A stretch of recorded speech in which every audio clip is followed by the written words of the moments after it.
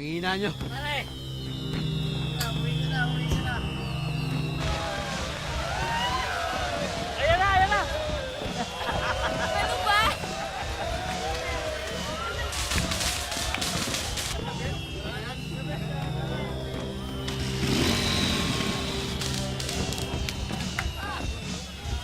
Okay ka lang ba, mahal? Ito, mausok dito eh. Okay na akong mahal, huwag ka mag-alala.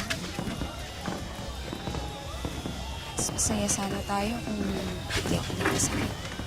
Ano ka ba? Masaya nga tayo dahil nandito ka sa amin. Kasama tayo. Tay, Nay, countdown na po. Countdown na ba? Uli ka! Doon tayo sa mga naglulusis doon. Sige, sige.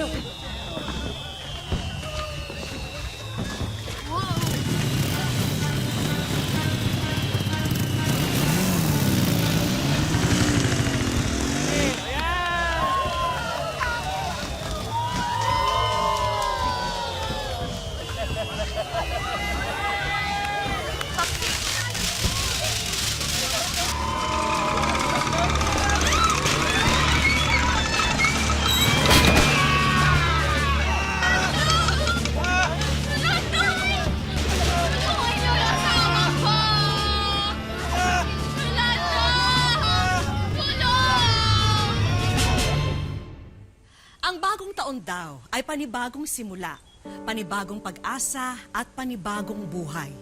Ngunit para sa pamilya ni Rolando Manalo, nagsilbi itong hudyat ng mga hindi magagandang karanasan sa kanilang mag-anak. Tampok po ngayon ang isang kwento ng kalungkutan at ng muling pagbangon sa kabiguan. Magandang hapon po mga kapuso. Ako po si Vicky Morales at ito ang Wish Ko Lang.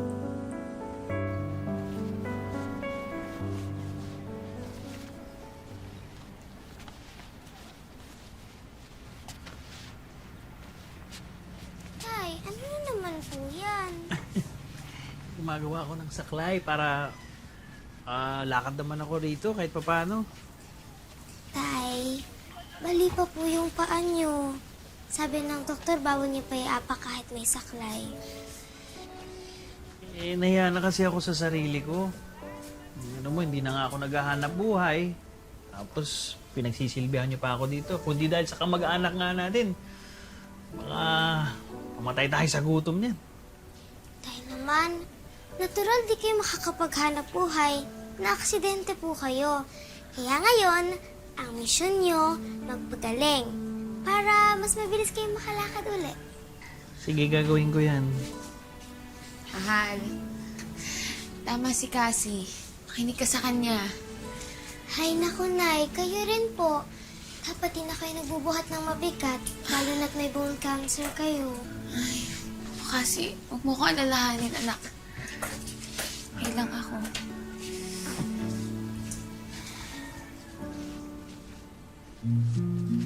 Bakit po? Wala. Natutuwa lang ako sa inyong dalawa. Hindi ko kasi alam kung anong gagawin ko sa buhay ko kung hindi kayo dumating sa akin. Walang magtitimpla ng kape niyo, Tay.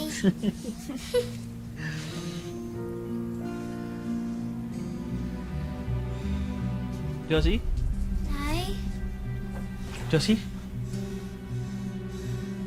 Josie, tawagin mo yung tita mo, dali. Bilisan mo. Bilisan mo, humingi ka ng tulong. Si Josie. Josie. Sige, ingat ka, dahan-dahan lang. Please, tumaban ka ha. Tumaban ka, huwag kang susuko, Josie.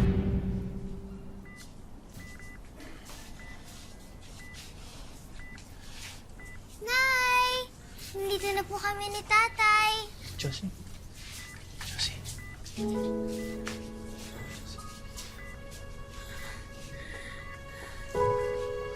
Rolando, anak, patawarin niyo ako, ha?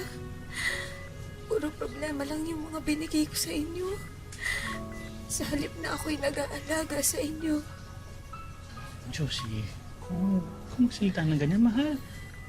Kasi, ikaw na bahala sa mga kapatid mo, ha? Josie. Ano na sa tatay mo? Josie. Josie? Nay! Mahal? Mahal?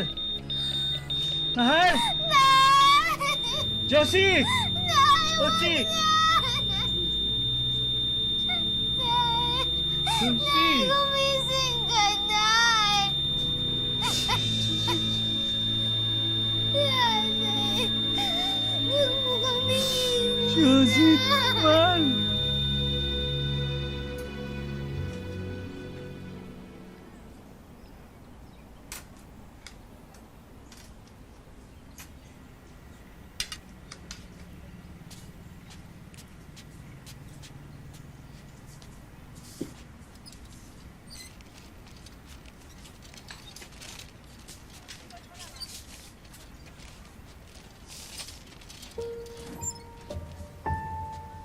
Tay, kain na po kayo.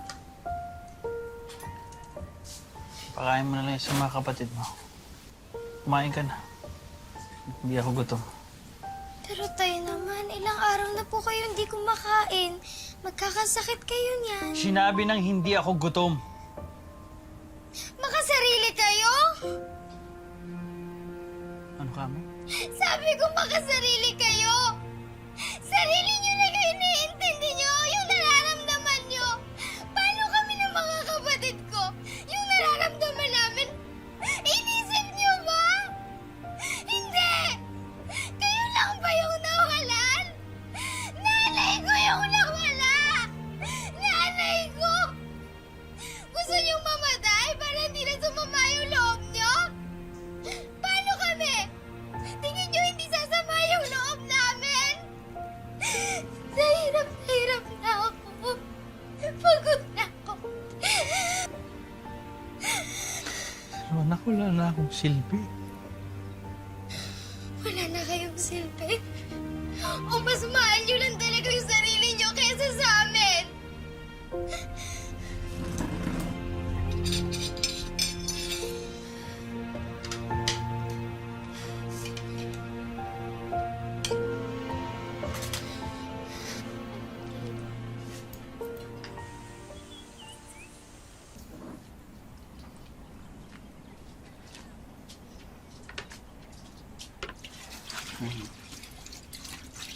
Kasi, anak, basang-basa na yung damit mo. Magbalit ka na muna.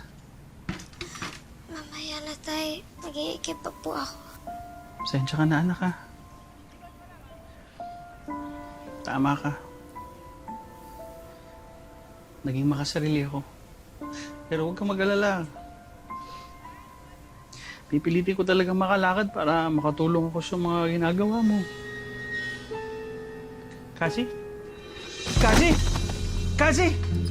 Kasi! Kasi! Kasi! Kasi! Anak! Anak! Anak! Anak ko! Anak ko! Anak ko! Anak ko! Anak ko! Anak ko! Anak ko! Kasi! Tulong! Tulungan ako! Kasi!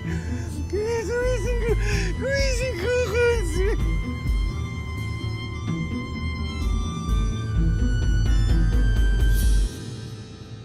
Wish ko lang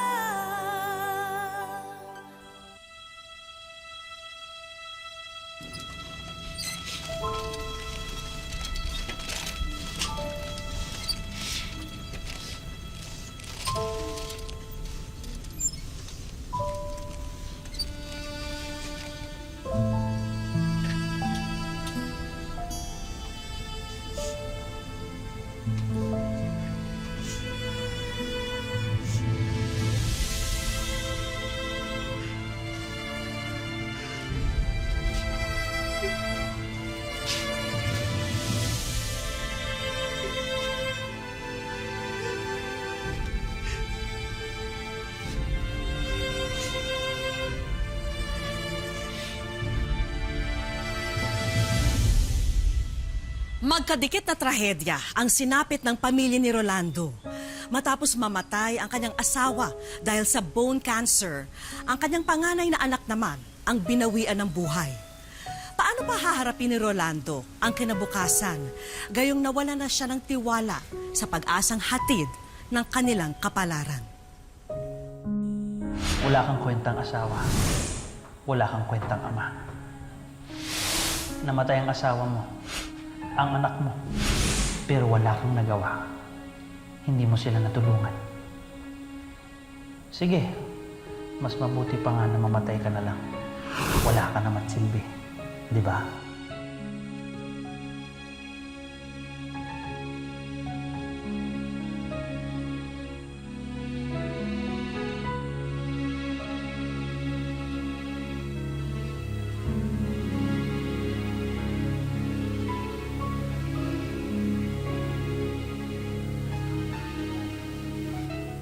Josie?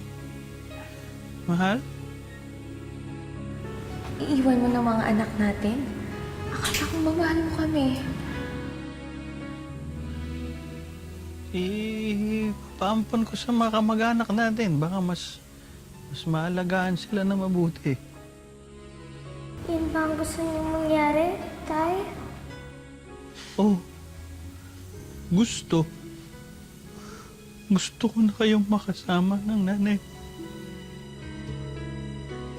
Kaya iiwan niyo na ang mga kapatid ko? Hindi niyo ba sila gustong makasama? Kailangan ka ng mga anak natin, Rolando. Kailangan po kayo ng mga kapatid ko.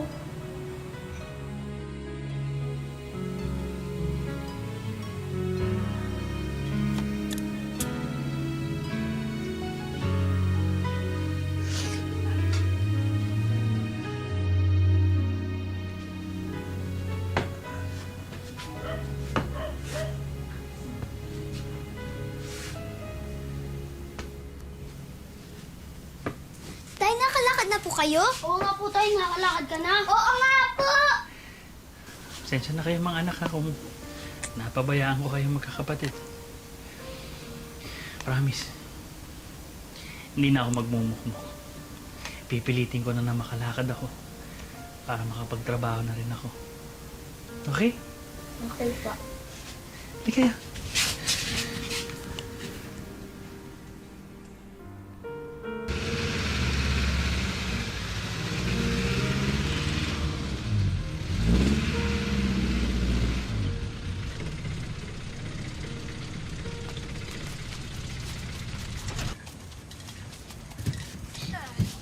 Guagua, Pampanga!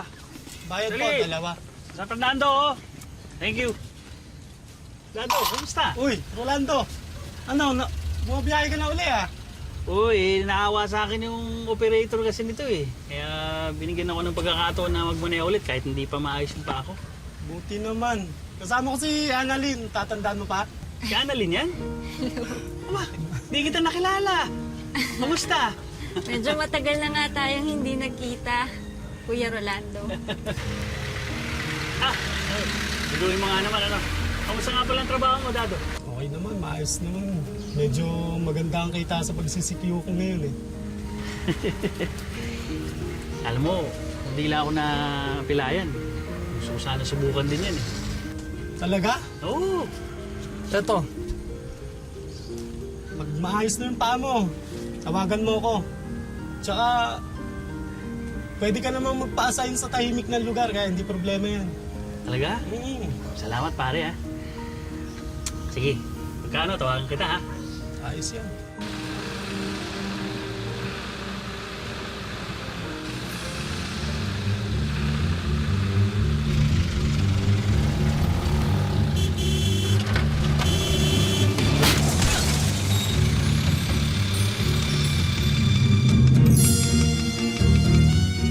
Sa kabila ng labis na kalungkutan at pinsala sa kanyang mga paa, pilit na bumangon si Rolando para sa iba pa niyang mga anak. Ngunit parang ayaw pa rin silang tantanan ng kamalasan dahil nasangkot na naman siya sa isang aksidente. Wala naman ako nakitang fractures or head trauma. So walang dahilan para i-confine ka dito. Maaari na po kayo makauwi. Ho, Dok? Sigurado po ba kayo? Ay, ilo yata po ako, Dok. Sumasakit ulo ko. Baka hindi na po ako makalakad, Dok. Ano? Eh, wala ka naman daw pilay eh. Ba't ba mas marunong ka pa sa akin, ha? Bakit? Ikaw ba nasaktan? Excuse me po. Kayo na lang pong bahala mag-usap, sir. Excuse me. Dok. Ano? Gusto mo, i-demanda kita eh. O kaya pakulong kita. Hindi, wag. Ano? Huwag mo naman gawin yun. Biyudo ho ako, tsaka walang makakasama ang mga anak ko kapag ginawa mo yun. Total, ginawa naman ng pulis yung lisensya ko, hindi naman ako makakabiyahe nito. Kaya nga, bigyan mo ako ng pera para pambili ko ng gamot. Ano?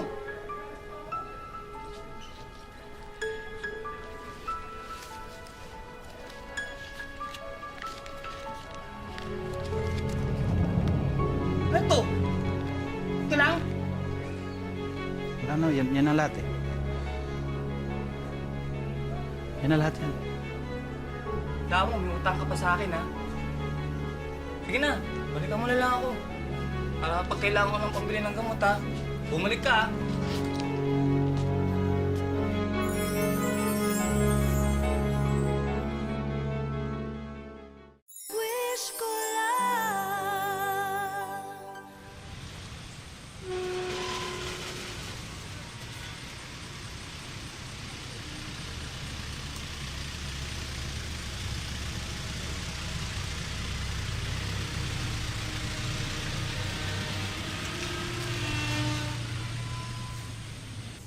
Rolly!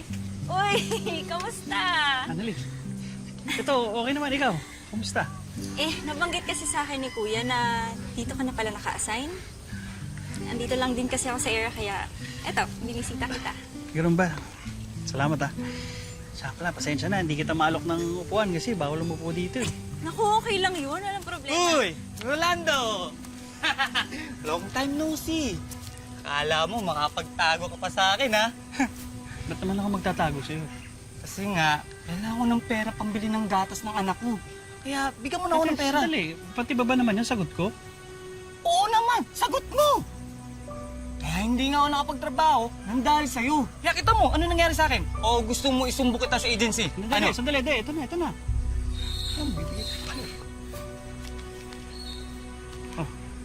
Oh, eto. Ito lang. Hoy, Rolando, tandaan mo. Marami pa akong dapat gawin sa'yo. Anong gawin mo? Yan na lang lahat ng kinita ko.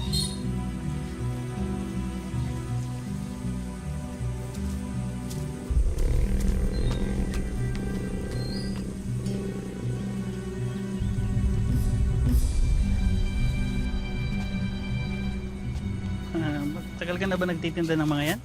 Ito, oo, medyo. Ikaw ba? Matagal ka na kinukulit ng lalaki. Medyo. Nabangga ako kasi yung tricycle niya. Sabi naman ng doktor, hindi naman daw grabe yung tama sa kanya eh. Kaya yun, kinukulit pa rin ako. May utang pa daw ako sa kanya. Alam mo, tingin ko iniisahan ka na lang nun eh. Masyado kasing mabait. Ayoko lang kasi makulong tsaka mademanda eh. Kawawa naman yung mga anak ko. Mahal na mahal mo talaga yung mga anak mo, no? Siyempre naman. Swerte sa'yo ng mga anak mo. Swerte. Ito, meron silang tatay na hindi mabisyo. Gagawin ng lahat-lahat para sa kanila. Higit sa lahat, mahal na mahal sila. Alam mo, konti na lang yung mga lalaking katulad mo eh. Kaya nga hindi pa ako nagkaka-boyfriend kasi wala pa ako nakikilalang katulad mo.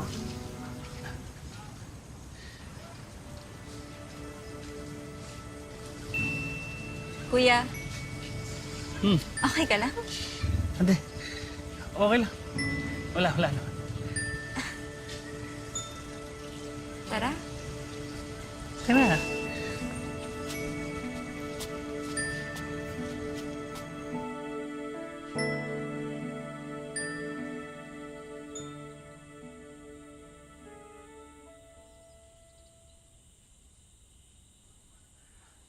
Mahal, Cassie, medyo napapalapit na sa akin si Annalyn.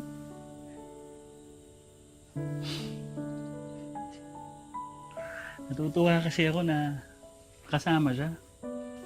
Pinapalakas niya yung loob ko. Parang yung ginagawa niya sa akin dati. Naalis na ako sa pagsisikyo ko para makaiwas sa kanya. Mas magaling ng mga pa ako ngayon. makakabalik na ako sa pamamasada.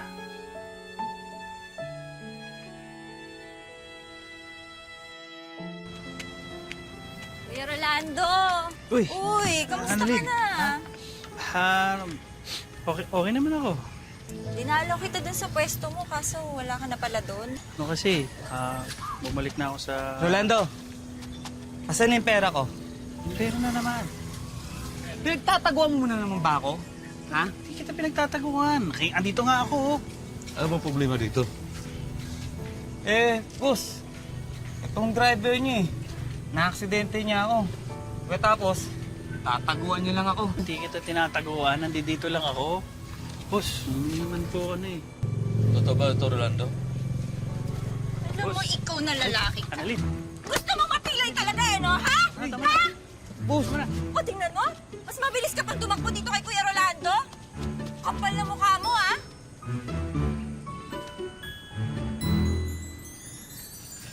Ayos ba?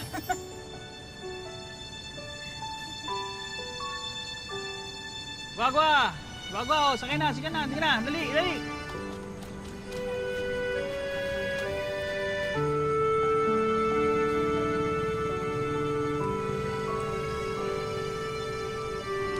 Mahal? Sige na. Itaan mo siya. Hindi, parang mali eh.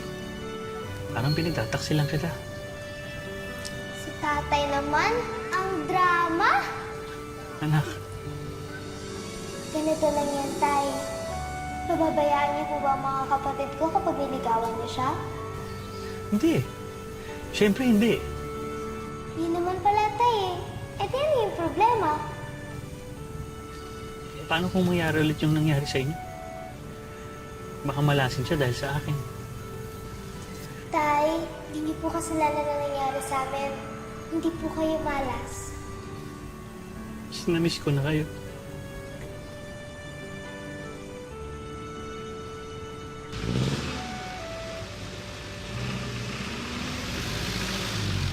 Annalyn! Uy, Kuya Rul, kamusta? Okay naman. Halika. Hatid na kita. Teka, wala ka namang biyahe? Boundary na ako. Sige, teka lang.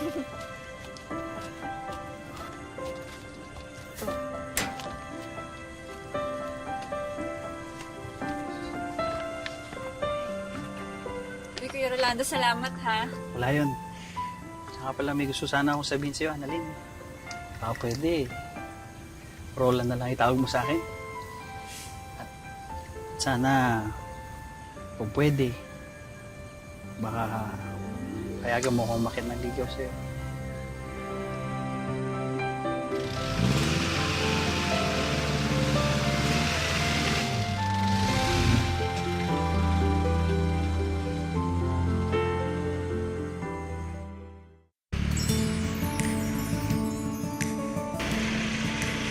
Pitong taon nang namamasada ng jeep dito sa Pampanga si Rolando. At panahon daw ang tumulong sa paghilom ng mga sugat at masasakit na alaala ng mga trahedya sa buhay niya. Pagsubok lang to. Kailangan tibayan ko lang. Masigit ako kailangan ng mga bata ngayon kaya ako sa loob ko. Kaya lumakas lalo ang loob ko. Dahil hindi pa noon makakalimutan ko rin to. Makakabawi ako kahit paano. Kaya mula nang nakabangon siya para magtuloy sa paghahanap buhay, tanging kinabukasan ng mga anak niya ang inalala niya. Lumalakas sa loob ko sa paghahanap buhay araw-araw. Dahil sa mga bata, sa mga anak ko, kung paano sila maitatawid sa araw-araw. Ang katuwang ni Rolando ngayon sa buhay na si Annalyn ay saksi sa katatagan niya. Masipag ho siya. Kasi kakain ho siya, parang may pakain siya sa amin. Kaya nung dumating niya sa amin, sa akin, yun, meron na akong katuwang, meron na mapagsabihin sa nararamdaman ko sakit, meron tutulong sa akin kahit paano. Gustuin ko man magtrabaho para matulungan ho siya sa araw-araw na gastusin. Kaso yung anak ko maliit pa lang po, hindi ko po maiwanan. Gawain bahay po sa bahay namin. Ako pong gumagawa, naglilinis, naglalaba, nagluluto. Ang bagong yugtong ito sa buhay ni Rolando ay nagbigay din ng panibagong sigla at saya sa kanya. Wala akong nagkaanak kami. Naging masayahin naman po siya. Araw-araw, nawawalang pagod mo pag makita mo ang mga anak mo, mga bata. Kahit salat kami sa yaman.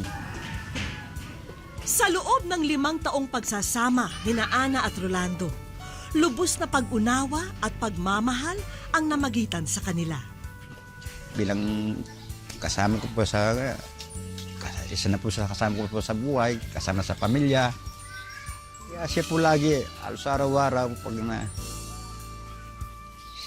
bibigay din po isang lakas na loob. Minsan, minamasahe ko siya para kahit pa paano mabawasan mo yung nararamdaman niya.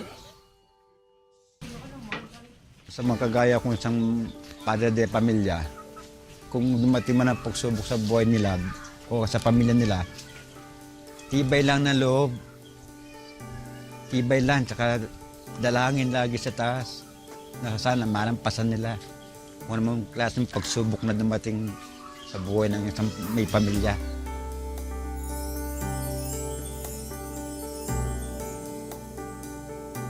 Sa aming pagbabalik, Wish ko lang po ito.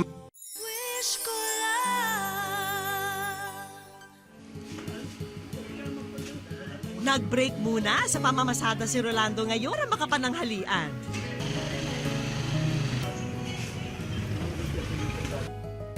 Pero pagbalik niya sa kanyang jeep, mukhang may iba ang biyahe niya sa hapong ito. Wish ko lang po ito. Kakabigla naman po ngayon. Hindi po ako makapaniwala talaga. Sinundo na rin ni Rolando si Annalyn at mga pamangkin para samahan siya patungo sa aming sorpresa. At habang nasa biyahe, napaluha si Rolando. Hindi ako makapaniwala. Naalala ko mga misis ko. Kailan kaya mababasa sa sobrang pinagdala ko kanya. Mula sa pag-alala sa nakaraan, eto na at nakarating ang ating masipag na tsuper sa destinasyon. Ilang hakbang na lang at bumungad na kay tatay ang mga pangkabuhayan na pwede nila agad pagkakitaan. May mga panindang ulam at mga panglako na juice. Kanila na rin ang kompletong bigasan at loading station business. At may handog din kaming tulong pinansyal para sa iba nyo pang mga pangangailangan. Maraming salamat po. Si Ana, na siyang humiling para kay Rolando, ay naantig din sa katuparan nito. Hindi na ako siya mamasada. Kasi, nahihirapan ho siya eh. Maraming salamat po. Malaking bagay ang tulong sa akin. Sa hirap po ng pasada, sa hirap po ng buhay. Hindi ko po kagad pupunter po yan ang maipon. Puno man ng luha ang ating kahapon, hindi imposibleng makabangon tayo mula rito. Kailangan lang magpakatatag at tanggapin ang biyaya ng pagmamahal mula sa mga taong nasa paligid natin. Maraming salamat po sa inyong pagsubaybay. Ako po si Vicky Morales at ito ang Wish Ko Lang.